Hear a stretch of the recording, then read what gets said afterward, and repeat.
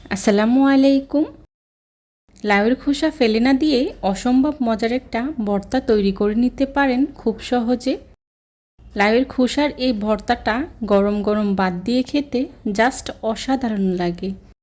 ভীষণ মজার একটা ভর্তা রেসিপি। যারা ভর্তা লাভার আছেন, ভর্তা খেতে খুবই পছন্দ করেন, তাদের জন্য আমার আজকের এই রেসিপি। আশা করছি আমার আজকের এই রেসিপিটি আপনাদের কাছে খুবই ভালো লাগবে।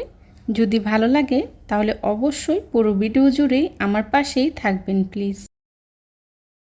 আজকের লাউয়ের খোসা ভর্তা তৈরি করার জন্যে আমি এখানে একটি লাউয়ের খোসা নিয়েছি। আমি পুরো একটি লাউয়ের খোসা নিয়েছি, আপনারা চাইলে কমিয়ে বাড়িয়ে নিতে পারেন। খোসাগুলোকে আমি এভাবে ছোট ছোট করে কেটে নিয়েছি আর খুব ভালো করে ধুয়ে পরিষ্কার করে নিয়েছি। তার সাথে নিয়েছি কাঁচামরিচ ৬-৭টার মতো। ঝালটা আপনারা আপনাদের পছন্দ অনুযায়ী ব্যবহার করতে পারবেন। আর নিয়েছি আস্ত একটি রসুনের কোয়া। তার সাথে নিয়েছি পেঁয়াজ বড় সাইজের ২টি। এখন সবগুলোকে আমি একসাথে খুব ভালো করে সিদ্ধ করে নেব। তার জন্যে চুলায় একটি প্যান বসিয়ে দিয়ে দিচ্ছি লাউয়ের খোসাগুলো। সামান্য কিছুটা পানি দিয়ে লাউয়ের খোসাগুলোকে আমি খুব ভালো করে সিদ্ধ করে নেব। লাউয়ের খোসাগুলো যেন তাড়াতাড়ি সিদ্ধ হয়ে যায়, তার জন্যেই দিয়ে দিচ্ছি 1/2 চা চামচ লবণ। এতে করে লাউয়ের খোসাগুলি খুব তাড়াতাড়ি সিদ্ধ হয়ে যাবে।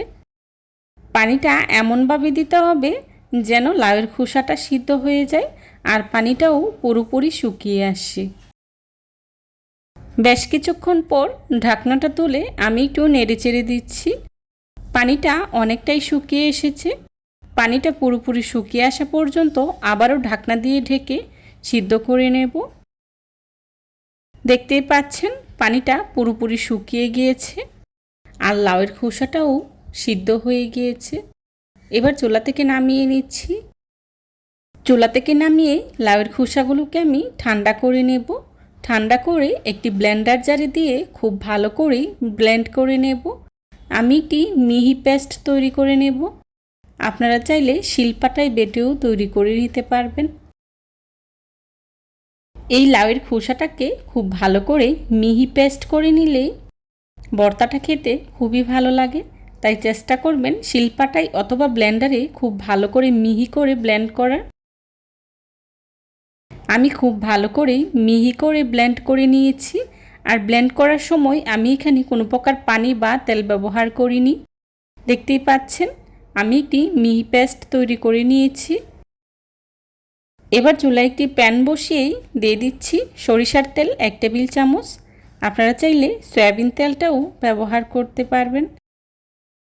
তেলটা হালকা গরম হয়ে আসলেই দিয়ে দিচ্ছি 2টা শুকনা মরিচ কেটে।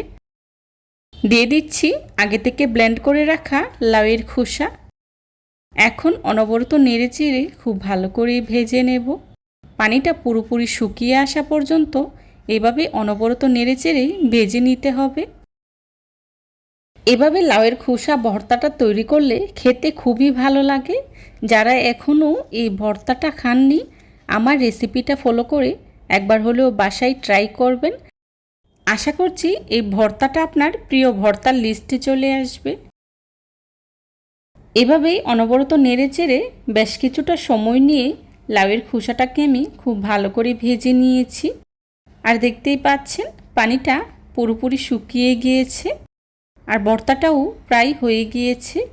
এই পর্যায়ে দিয়ে দিচ্ছি কিছুটা ধনিয়া পাতা কুচি। ধনিয়া পাতাটা হাতের কাছে না থাকলে স্কিপ করতে পারেন, তবে ধনিয়া পাতাটা দিলে খুব সুন্দর একটা ধনিয়া পাতার ফ্লেভার পাওয়া যায়। ধনিয়া পাতা দিয়ে 1 মিনিটের মতো নেড়েচেড়ে খুব ভালো করে মিশিয়ে নেব। তারপর চুলা থেকে নামিয়ে নেব। আমার ভর্তাটা হয়ে গিয়েছে। এবার ভর্তাটাকে আমি চুলা থেকে নামিয়ে একটি সার্ভিং ডিশে সার্ভ করে নেব। চেষ্টা করেছি খুবই সহজভাবে আজকের এই রেসিপিটি আপনাদের সাথে শেয়ার করার জন্যে।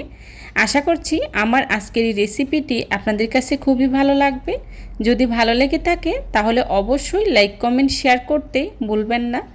আপনাদের একটি লাইক এবং একটি কমেন্টস আমাকে নতুন নতুন কন্টেন্ট তৈরি করতে অনেক উৎসাহিত করে। যারা এতক্ষণ ধৈর্য সহকারে আমার ভিডিওটি দেখেছেন তাদেরকে জানাই অসংখ্য ধন্যবাদ।